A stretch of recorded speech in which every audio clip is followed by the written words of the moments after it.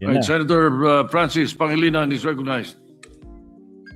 Thank you, Mr. President. Thank you, Majority Leader. Thank you, dear colleagues. Before we begin our sponsorship, we would like to thank the good Minority Leader for his earlier manifestation. And we too share in the earlier manifestation of the Senate President that given the controversies behind this resolution, we have no objection as to allowing our colleagues time to interpolate or perhaps even bring the matter to a Senate hearing after we have sponsored it and before adopting it, Mr. President. Mr. President, dear colleagues, it is my honor to sponsor and principally author proposed Senate Resolution number 256, together with Senate President Tito Soto, Vicente Soto III, Senate Pro Tempore Ping Lacson, Majority Leader Mig Zubiri, Senators Erwin and Rafi Tulfo, Risa Ontiveros, Win Gatchalian, Lauren Legarda, JV Ejercito, Bam Aquino, Jinggoy Estrada, Lito Lapid, Camille, and Mark Villar. Anak ng kamote, Mausat. Ang daming ko-author. Grabe, ang daming ko-author. Nako po. May we also place on record that while they have affixed their signatures to this resolution, this does not mean that those who did not affix their signatures are objecting to this resolution. Precisely why, ultimately, in the end, it is when we move to call for a vote on this resolution that there we will determine who among our colleagues will support it or not. Introducing this measure does not mean that those who did not introduce this measure are opposed to this measure. Just for the record, Mr. President. Mr. President, dear colleagues, our Constitution mandates us to protect the Republic's sovereignty, territorial integrity, political independence, and dignity. In fulfilling this mandate, when we senators, representatives, the Coast Guard, or any public official who swore an oath speak on the West Philippine Sea and on the arbitral award, we are not merely expressing our opinions.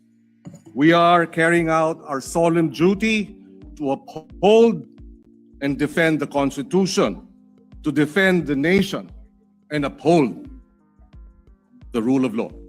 Tama. Recently, an official of the Chinese embassy issued public statements in undiplomatic and disrespectful language, directly attacking incumbent members of Congress, including myself, for positions we took in defense of Philippine sovereignty and maritime rights. We took because we were upholding and defending the Constitution. The statements crossed the line from legitimate expression of a foreign state's views into interference in our domestic democratic debate.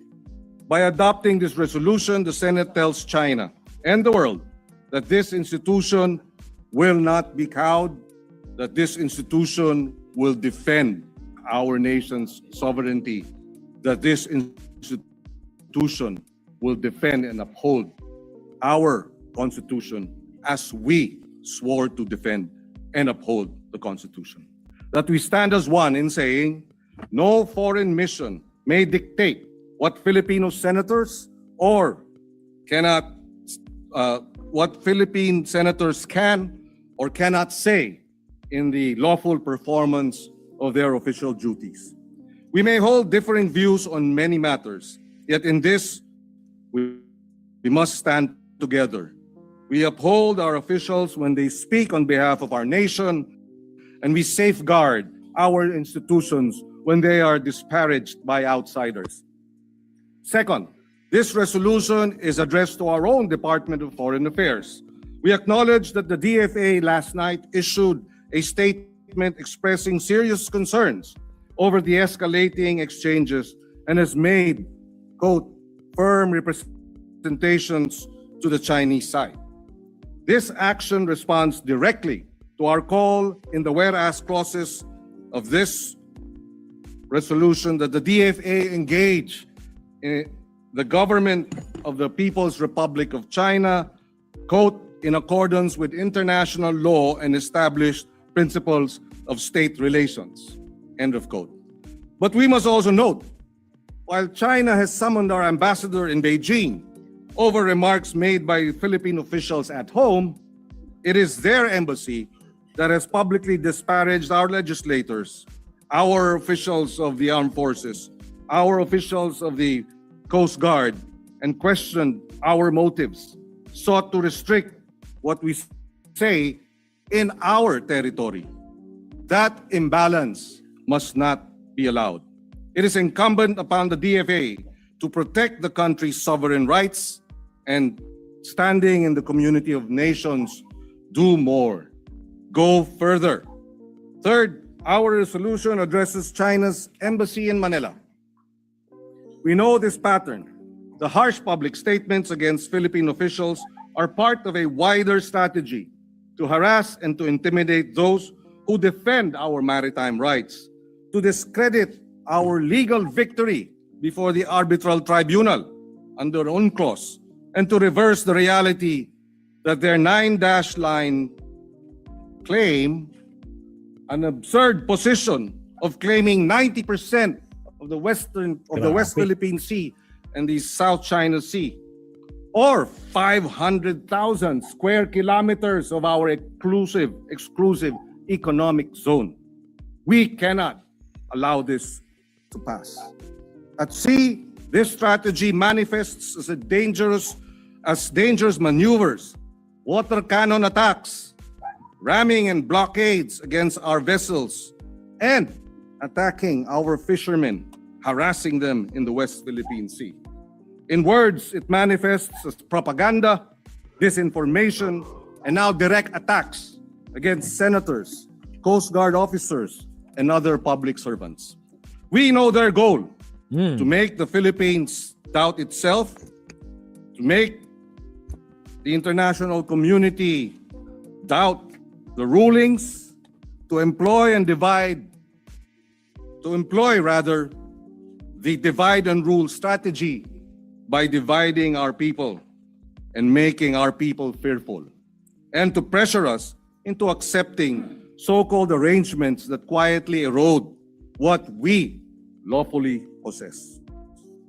So we say this with firmness, but without hatred. This is not the job of a diplomatic mission. The role of a diplomatic mission is, above all, to practice diplomacy, to assist nations in overcoming disputes, to clarify and to bridge differences. It is not to provoke, not to disparage, and certainly not to insult and threaten those who speak for their country. Despite everything, it is with optimism that we expect that the Embassy of China to return to that proper role. The arbitral award will not disappear. The 9-dash line has been rejected. That reality cannot be reversed by trolling, by insults, or by pressure. Accept that the international law, particularly the UNCLOS, of which China is a signatory to, applies to all member states, that all parties need to work toward mechanisms that respect every claimant's country's sovereign rights and legitimate interests. We also thank the international community for their steadfast support of the rule of law, affirming the arbitral award and the Philippines' sovereign rights, as well as rights over our exclusive economic zone, for consistently calling out China on its escalating aggressive behavior in the West Philippine Sea. Pero higit sa lahat, ang resolusyon na ito ay para sa buong sambayanan. Sa ating mga mangingisda na naapektuhan, tuwing nagsasalita kami sa bulwagang ito tungkol sa ating karapatan sa ilalim ng pandaigdigang batas, kayo ang aming ipinagtatanggol. Pinagtatanggol ang karapatan ninyong mangisda ng malaya sa ating karagatan ng walang takot.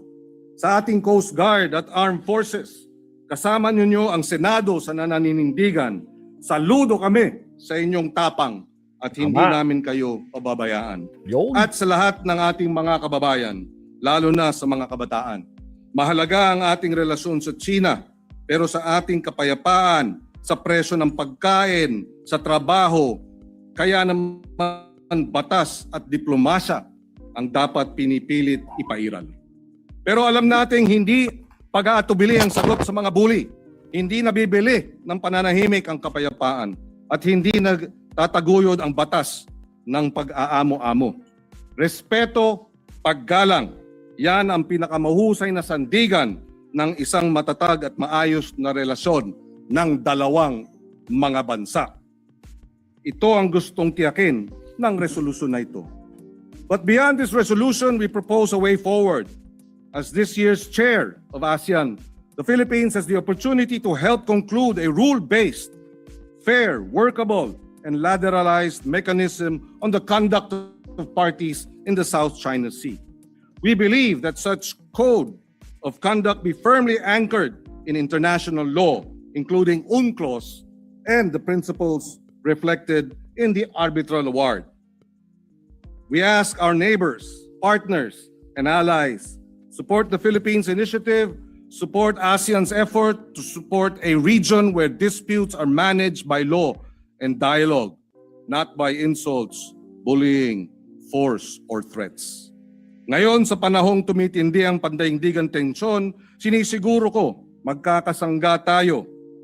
Senado, DFA, Armed Forces of the Philippines, DND, Coast Guard, BIFAR, buong sambayanang Pilipinas, magkasangga tayo laban sa pangiinsulto, laban sa pagbabangga, sa pagwawater cannon at pakikipaghabulan sa ating mga mangingisda at sundalo. Iisa tayo bilang isang republika na nananindigan para sa ating mga karapatan at dignidad. Mr. President, colleagues, for all these reasons, I respectfully urge the adoption of Senate Resolution number 256. Yun. Maraming salamat. Solid ba